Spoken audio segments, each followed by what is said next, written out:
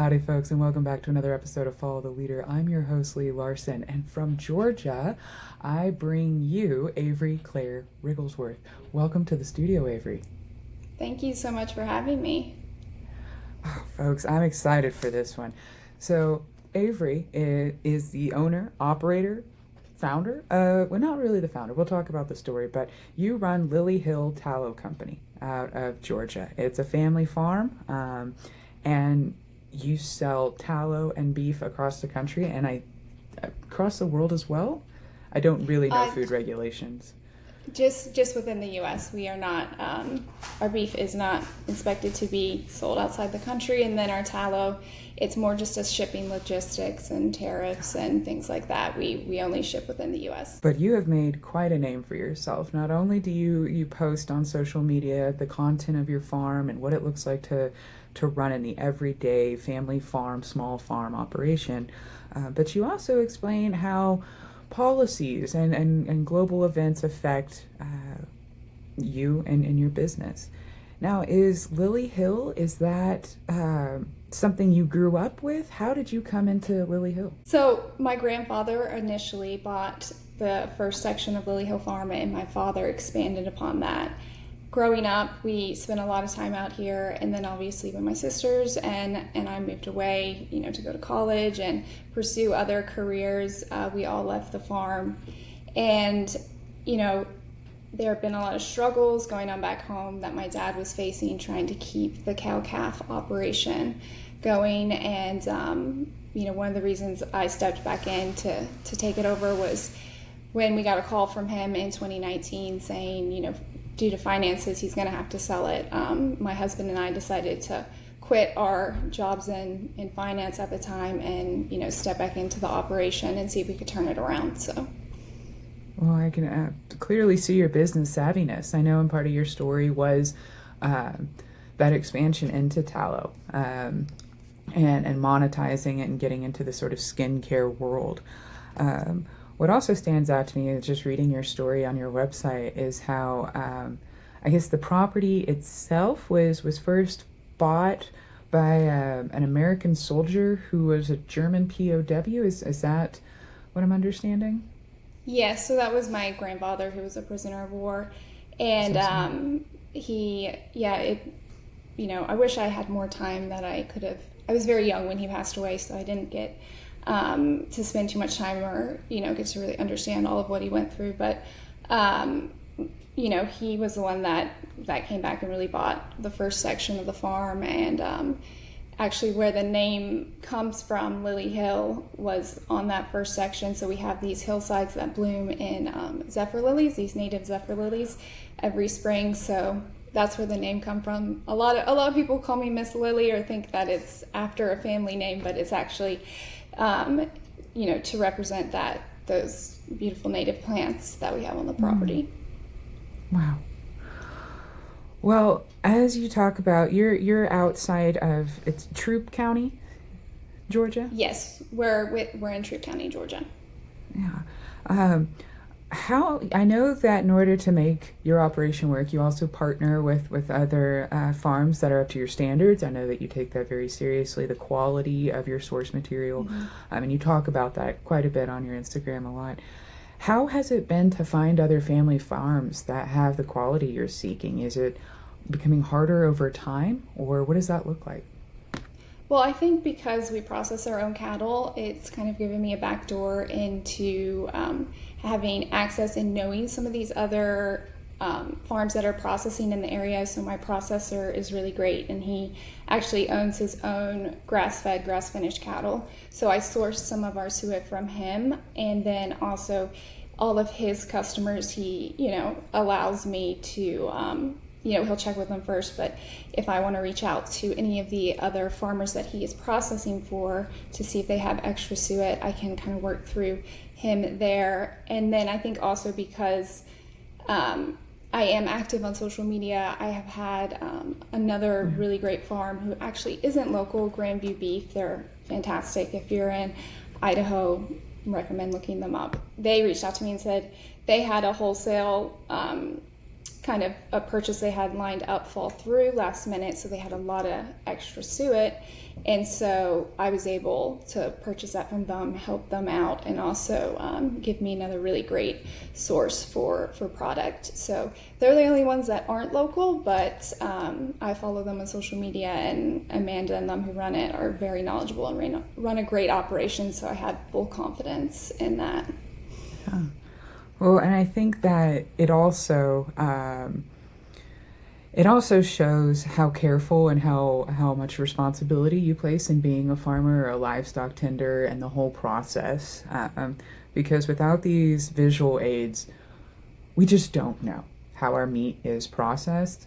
And then also we see these documentaries of the large corporate feeding operations that don't seem humane at all, and it generates a lot of controversy. Can you talk about the care that you give to your not only your land but the livestock on the land? Yeah, so I think the whole thing is that we really start from, the soil up. So the animals are obviously our number one priority, but we understand that you need to have healthy soil, healthy forage, and protect water resources and native habitat, all working together to really bring the customer a really responsibly raised product, for beef and tallow. So I think the care is, obviously you see the care that we give the animals, but there's also a lot of care involved in the land. So not compartmentalizing them, but looking at them as one whole unit is really important to us. Mm-hmm. What was that like to expand on your financial knowledge, which is clearly helping your business? But what was it also like to agriculture is such a science. How did you learn or become familiar with the sort of ecosystem you're talking about? Well, I had some knowledge stepping into it just from growing up, but I think there was a big transition when we took over. Historically, a lot of farmers, and no fault to my father or anything, but historically, over the last 90 years, they've really pushed for improved forage varieties. These are forages that have been developed to grow under very specific type of soils and with nutrient requirements. So a lot of the farms you see here were planted in these type of grasses and whatnot. So stepping in, I gained a lot of knowledge about how to farm in that direction.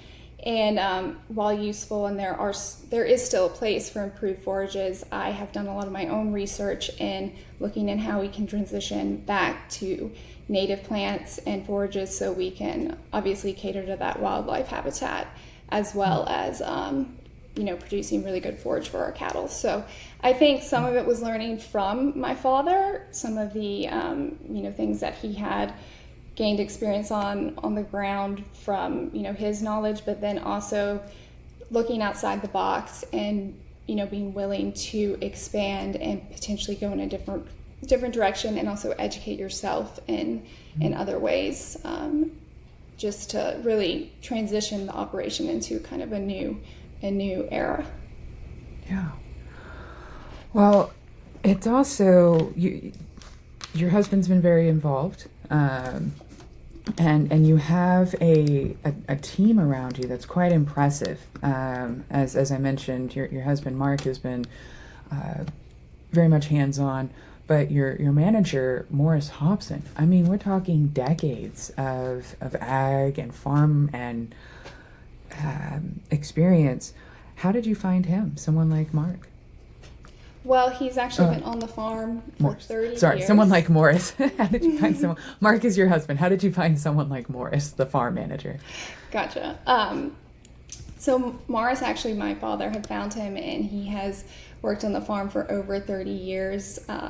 My father owned gas stations way back when, and Morris actually was working on the maintenance team, and my father got wind that he had some experience with cattle and was like, would you be interested in coming on as a farmhand? And then obviously just through years and years of experience, his role kind of grew here. So he's a very important part of our team and has done probably more work on the farm than anyone else. So wow. And particularly like his his story of working on a dairy farm, making 20 cents, and here, like, playing a pivotal role for Lily Hill Tallow. That is an incredible story, and of course helped you guys tremendously. Yes. And I don't think our website is all the way up to date yet, but we have also, I think last May was the first time we really started to expand the team. And then this November, I also hired on Annie Bradley. She's not on the website yet, but she is our director of agricultural operations. So she's really helping me research the forage and really take the operation to the next level. So getting all our soil tests done, looking at all the equip applications. That's has to do with the government funding to help us fence off sensitive areas and do more rotational grazing. So she's really helped us go to the next step too. And then of course the whole rest of our team that really helped me get, have really helped me take this business to the next level. So. Yeah. Well, it's certainly working. I brought up Mark, who the husband, not Morris, the farm manager, but Mark also worked in finance as well. Can you talk about what that period, that season of your life when both of you working in finance, working in an urban environment, made the decision and the leap to go towards this Lily Hill endeavor? Yeah, I think he had been working in finance for nearly a decade. We were in the UK when we were working there, and he didn't go to college. He actually went straight out of A-levels, or they call it a little bit different, not high school, but the equivalent of high school, into working straight into the industry. So he definitely, I think he was looking for a new era and just something with more purpose. Not that there isn't purpose in finance, and there's a lot of really important roles that people in finance, do for us, but I think we wanted something tangible. We wanted something meaningful, not just sending documents around in the Ethernet. We wanted to get our hands dirty in a sense and have a chance to really make a difference and go in a different direction. Mm-hmm. Absolutely. Well, when you talk about running a farm, what are some of the challenges that you are seeing right now? What is this past year, just in general, how has this past year been for either recruitment or sales or just general operations? Yeah, so I think there's really there's two aspects of that. We have the retail operation, which is almost a completely different beast in and of itself, and the farming operation. The farming operation, I will say financially, we're so much more profitable, but it is very expensive to run these operations, and all of our inputs are continuing to go up. Hay prices have gone up. We're seeing this unexpected spike in diesel right now. So managing cash flow definitely can be challenging. Once we brought on the retail operation, that has been a lifesaver for that, since we have funds coming in every single day. So cash flow is huge there, and finding people who want to work on the farm has been very, very challenging. We were fortunate to have Morris, but trying to find some additional help for him, because he's approaching 65 years old. So finding additional help for him has been very challenging. And then we also have all the moving pieces of the retail side of the operation, and we don't do any paid advertising and things like that. I choose to use the organic reach through social media. So there's a lot of pressure on me there. I still don't have a team or anything. I just now have someone who occasionally comes on and helps me respond to messages.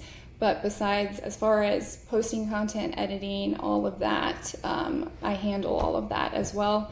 So there's a lot of pressure to make sure we're getting that content out there, and that I'm reaching those sales goals to make sure that we can cover payroll and keep doing all the land improvements we want. So, yeah.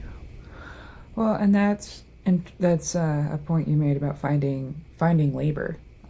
particularly someone who can grow with the farm, not just be like, a summer help or a spring help, which I'm sure you might take, but you're looking for someone to help run, to have some skin in the game. And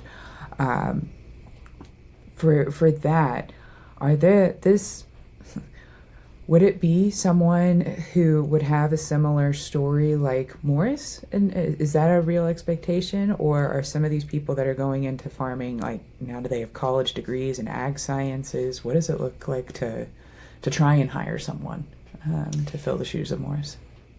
Yeah, so I don't know if we'll ever find another Morris. He was obviously a very special person that we were able to find. So I think it depends on the role that they're going to play in the operation. More for the daily work on the tractors and things like that. We're looking for younger kids that are interested in agriculture. They don't need to have a college degree, but we want them to be ambitious and have a drive to be involved in something. Annie, she's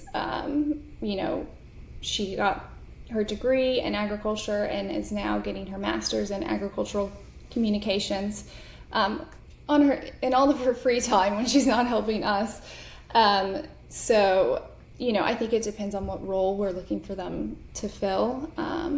But we're definitely open to hiring people right out of high school and stuff. We just ask that they're ambitious and have a good heart and, are willing to learn and work hard. Mm-hmm. Well, and you also mentioned global policy affecting the prices of diesel. Have you seen any hardship with tariffs? For us, we're a little more isolated because of, as far as like selling our products and things like that, since we do sell strictly within the U.S., there's been some supplies that we've seen, potentially been impacted by the tariffs, but it's a little more abstract for us. It's, just kind of what everyone is feeling, I would say, but not too big of an impact. So we're fortunate for that, but definitely is a concern and things you need to keep in mind. Mm-hmm. Well, and recently you shared about how an AI data center is coming near you, and that's a story that a lot of us, I'm in Montana, I know folks all across the Rockies, and then of course you're in the South and coming up into Appalachia. Can you talk about what is going on for Troup County, Georgia in AI data centers? Yeah, so it's a little concerning too, because this is one of 4 that they have proposed in, not to, I would say, a 45-mile radius around LaGrange, which is the main city over here. So it's concerning. This is the largest one. It's going to be about 500 acres.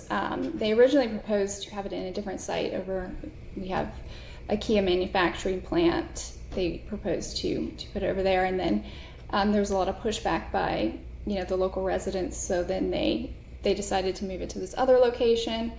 And one of the things we're kind of looking into and trying to figure out is the land, the new proposed site is supposed to be in conservation, and it's just astonishing to me that they are going to pull that out of conservation and put a data center on there.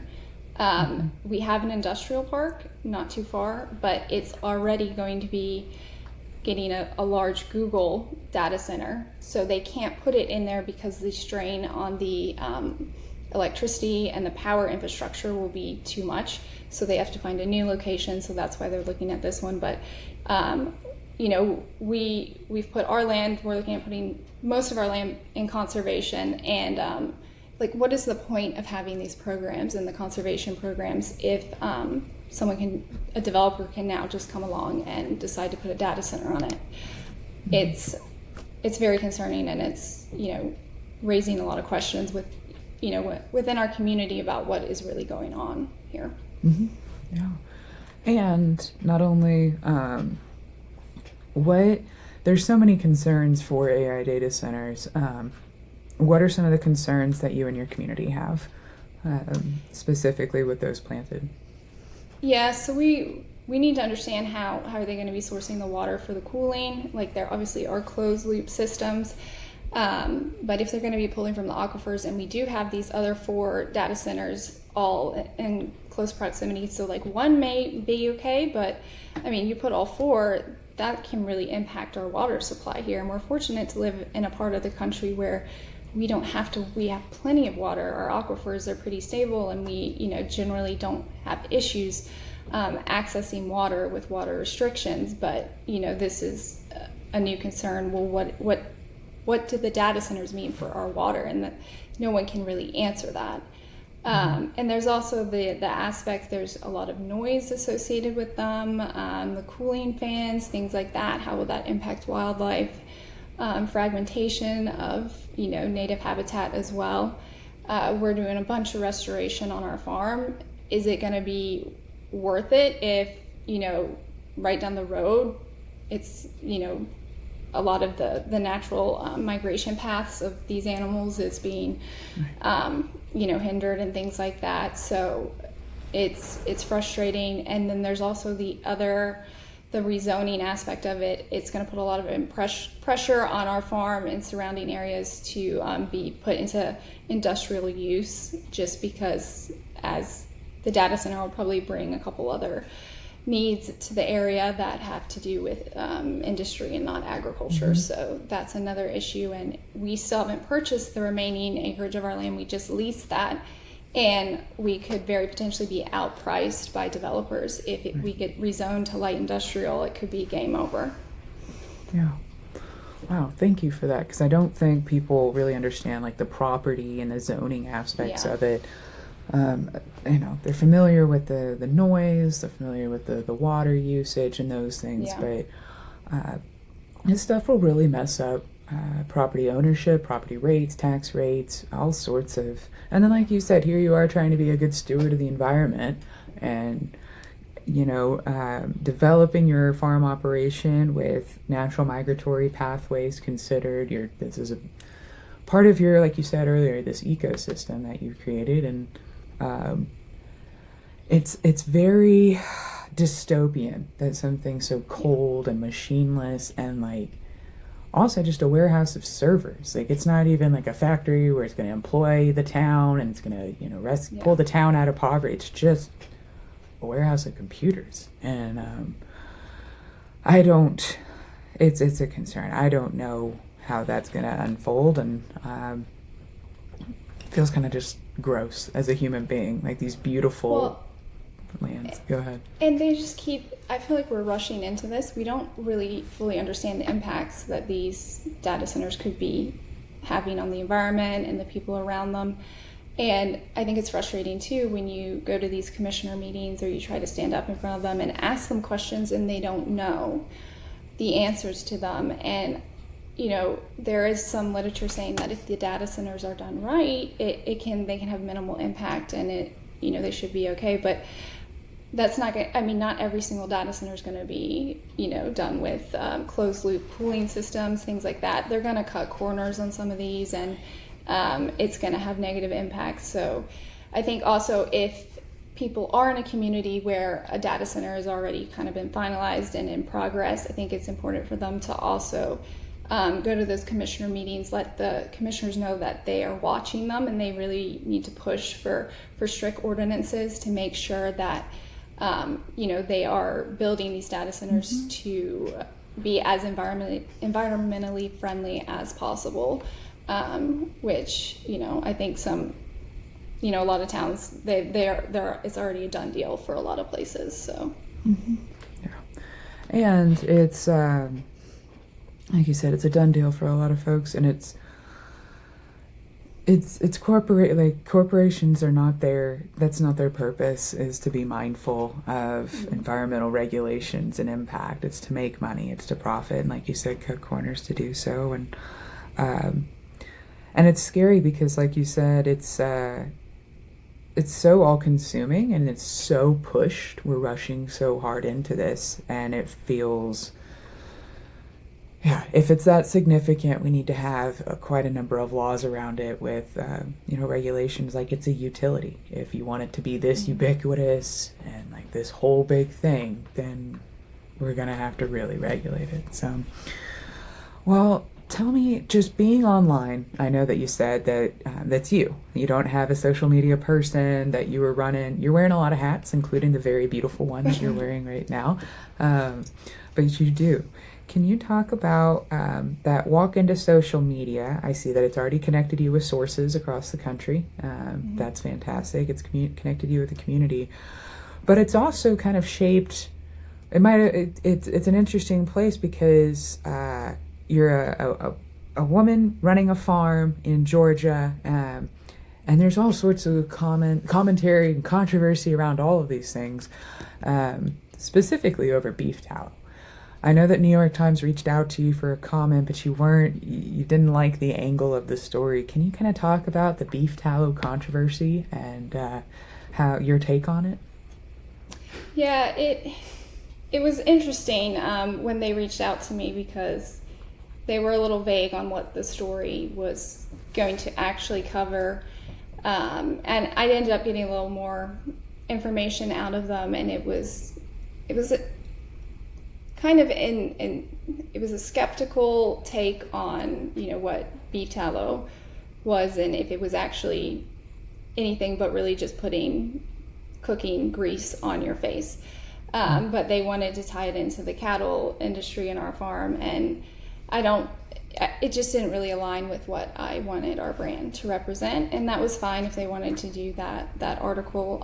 It just, I didn't want to say yes to something just to have my name put in the New York Times. So, I think it's worth standing up for some of those.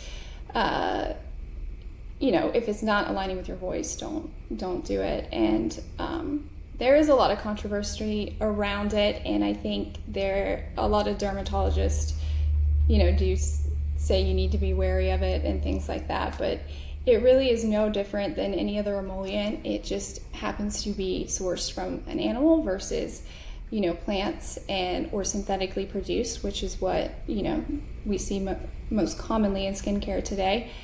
And I have found that it works for me a lot better than things like Vaseline and other things that would be an alternative to it.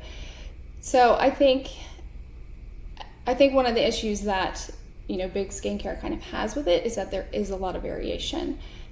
It isn't as consistent because every animal is different, and so I think that's something that if the consumer is okay with that, and occasionally having a jar that's a little bit different texture or firmness, that's just the beauty of the product, and it's a very natural raw type product. So big skincare is not going to like it. It's going to be much harder for them to get a consistent product out to the consumer, and that's okay. I think that's where we really fit in and are able to offer that and give people an option to purchase skincare that comes with a story behind it and is playing its role in native habitat restoration, things like that. So that's a really special opportunity we feel like we're able to offer the consumer, having that full vertically integrated supply chain, raising the cattle, processing the tallow, and selling the skincare. So yeah. Well, and I've seen it, I think, is he out of Kentucky? But Congressional Representative Thomas Massey has talked about beef tallow. Yeah. I've seen it pop up just about a number of places, and it doesn't really strike me as anything too odd or different than something like, lotion made from goat's milk or, like you said, any other emollient. It's pretty par for the course. It's just an interesting, like you said, interesting thing how so many things become controversial. What does it, can you kind of talk about, I know there's no such thing as like an average day, but can you talk to us about a day on the farm? What if we were to shadow you, what would that look like? Yeah, so depending on the time of the year, it'll change a little bit, but the cattle obviously are priority. So first thing that happens in the summertime is we'll come out and we'll move our cattle to new pasture. We practice rotational grazing, so every day they get moved to fresh pasture. And in the wintertime, they will be fed hay and whatnot when the forage is dormant. So that'll kind of be dependent on the weather. and the workload can change a little bit depending on, if we need to do any maintenance on the herd, like preg checking or weaning and things like that. And also we look over everyone and ensure everyone's healthy, and occasionally during calving season we'll have to assist some of the females with the birthing process, so we're extra vigilant those times of the year.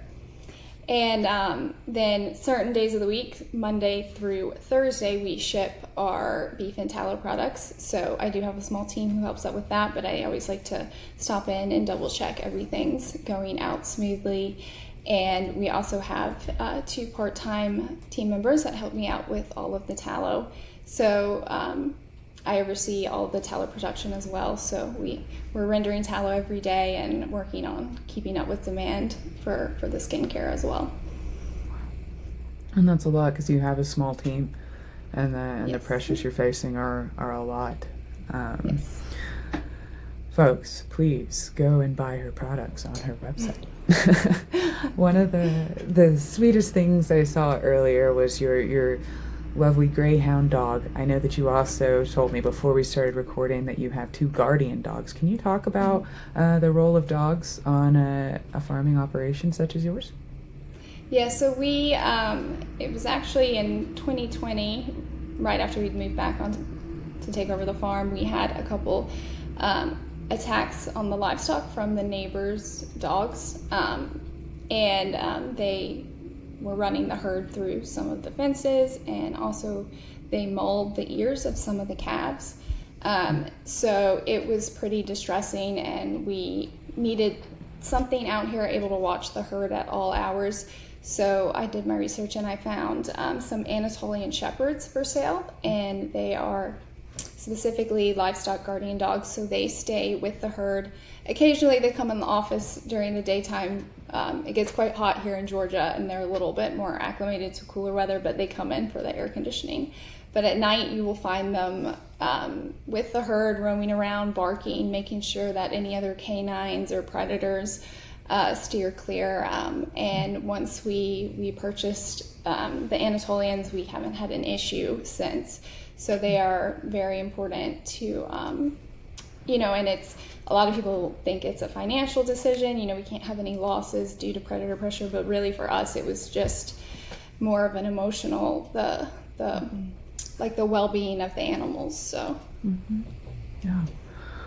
Well, and like you said, they become a part of the farm. They become a part of the team, the staff. Like They are Yes. both protectors, and then I love dogs. Yeah. And our poor greyhound Thorn, he's left the office right now, but he would work if I would let him, but he gets a little too triggered by movement with the cattle. So he is not the best working dog, but he does take his guardian dog role very seriously when he is here. He does get put inside at night, but he would probably stay out with the guardian dogs if I let him. Yeah. Well, but he wants to be part of the team too, but he's a hoot. Not there. Yeah, he's not built. The greyhounds have much thinner skin and stuff, and he might try to get in a fight, and he's just not built for the combat. Not built for combat. It's hilarious. Well, talk about as you see your future with Lily Hill Tallow. We've talked about AI data centers, we've touched on tariffs, we touched on diesel prices. One of the big concerns is the small family farm and large corporate operations. Can you kind of clarify how that's a threat? Maybe not to you, if that is, or just in general, kind of what that story is for people who may not be familiar with what's going on with the small farmer and the corporate farmer. Yeah, I think it's probably a lot more present and happening more so out west, especially in the big row cropping, territory and things like that. For the cattle ranchers here in our area, the ranches are generally a little bit smaller, so we tend to not have as much pressure from big corporate ag conglomerates. We tend to we're a little isolated just because of the size of our tracts. It's harder for like a big farm doesn't necessarily want to have to manage 10 small farms in our area. So we are a little bit more sheltered with that. But, in the Southeast, our main issue is the development pressure that we're seeing, and industrialization of a lot of our agricultural lands.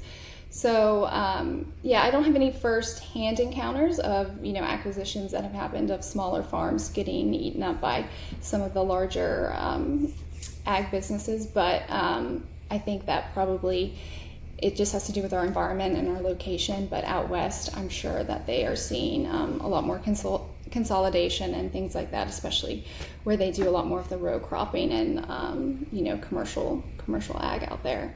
And while I will speak on this, the feedlot industry is getting consolidated. So even though we're not part of that, it is part of the bigger beef supply chain. And there used to be thousands and thousands of small feedlots across the U.S., and those are slowly, the big packers are essentially starting to purchase or work with only specific feedlots, and this is a way for them to start to vertically integrate the beef industry. Now, it was much easier for them to vertically integrate poultry and things like that due to the life cycle of the chicken and being able to industrialize that whole process. So the cow-calf operation will be much harder for them, like the big four packers, Tyson and all of them, to vertically integrate, but they can certainly acquire a lot of those feedlots and start to use price fixing techniques there to control more of the beef supply and beef prices throughout the U.S. My goodness. Well, thank you. And that was so well spoken too. It was like you knew exactly what you were talking about. I was like, whoa, this is a very significant problem. I didn't even think about feedlots and the consolidation. That's the main, that's where the beef industry, the risk of the vertical integration can happen. Cow-calf, just because of the land, you need to calve out you can't really calve out a significant number of head in a barn or in a dry lot setting because of illness with the calves. So it's not as much of a concern, but it the cow-calf producers will be here, but they can certainly vertically integrate those other areas of the production supply chain. How many cattle do you have on your lot? So we have just under 400 head. So it's a little more complicated since we are direct to consumer. So we have our cow-calf, which are our mother cows that give birth to the offspring every year. They then move into our backgrounding program. So that's like weanlings, kind of like teenagers. And then they move into our stalker program. So that's the stage right before they move into the feeder finisher stage of our program. So for us, a lot of farms are just one of those types of operations. So you'll have a cow-calf, or you'll have a backgrounder or a stalker feeder operation, but we are the full life cycle. So it's a handful, and sometimes there's lots of misbehaving with the younger animals. They get where they're not supposed to be a lot. It's always it's a hoot, but it's also a little bit sometimes not so funny when it's like the fourth time you've put the same animal back where they're supposed to be. It's not funny, and it's like a child that weighs the size of a cat. Like it's it's just running amok. They know exactly what they're doing too. I'm like, is that M10? Because I just put you in yesterday. And they hide in the woods, and they're like, maybe she won't see us. I'm like, I see you. And it's just funny because it's like you wouldn't last a week as a wild cow. Like, get back in here. I know. Yeah, like if you don't have, they don't know what they're doing. But well, I see your dog Thorn in the back. My dog Professor Huckleberry's right behind me, and my dog will occasionally get out of the backyard. He doesn't roam all over the neighborhood. He's not a runaway, but he'll just look at me, and I'm like, you wouldn't last a day out there. What are you doing? I know, get in here. Right? Like. Don't even pretend. You have a great cush life. Well, can you share a little bit? So with 400 head of cattle, are you managing that using machine tractors, horseback? How do you corral and direct such a large herd?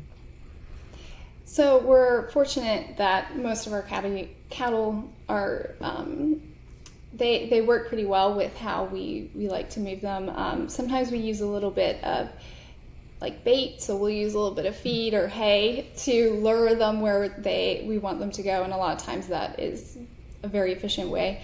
We do not have horses at the moment. We have some old retired horses. Once we finally have the funds and everything to invest in some nice horses and get set up riding, I'd love to start riding and using horseback to work the cattle again. For now, we actually do a lot on foot, so we'll just walk and push them up on foot, or we have a UTV and stuff that we use, and sometimes we even push them a little bit with the tractors, which is probably everyone out west is like, oh my god, what's happening? But it works. Yeah. Yeah. Well, Avery, as we come to the end of today's episode, can you share with the audience where they can follow you or purchase your tallow or beef? Yeah, so you can purchase both our beef and our tallow on our website, which is lilyhillcattle.com. And I run 2 social media accounts on Instagram and TikTok. And the one for the farm is Lily Hill Cattle, and then the one for our tallow is Lily Hill Tallow Co. So, yep, you can follow us along on any of those pages. Fantastic. Well, folks, that was really enriching for me, Avery. Thank you for being here. I really appreciate your time. Well, thank you for having me. It was a joy to speak with you. Absolutely. Well, folks, let me know in the comments what you thought about this conversation with Avery Claire Wrigglesworth. Again, that's at Lily Hill Tallow Company, online and on socials. Family farming, small farming out in Georgia, in Troup County, and giving us an example, a peep into her life and her industry, the hard work that she's put into this. Let me know what you think about it in the comments. Make sure you like, follow, subscribe. You know the drill. And until next time, see ya.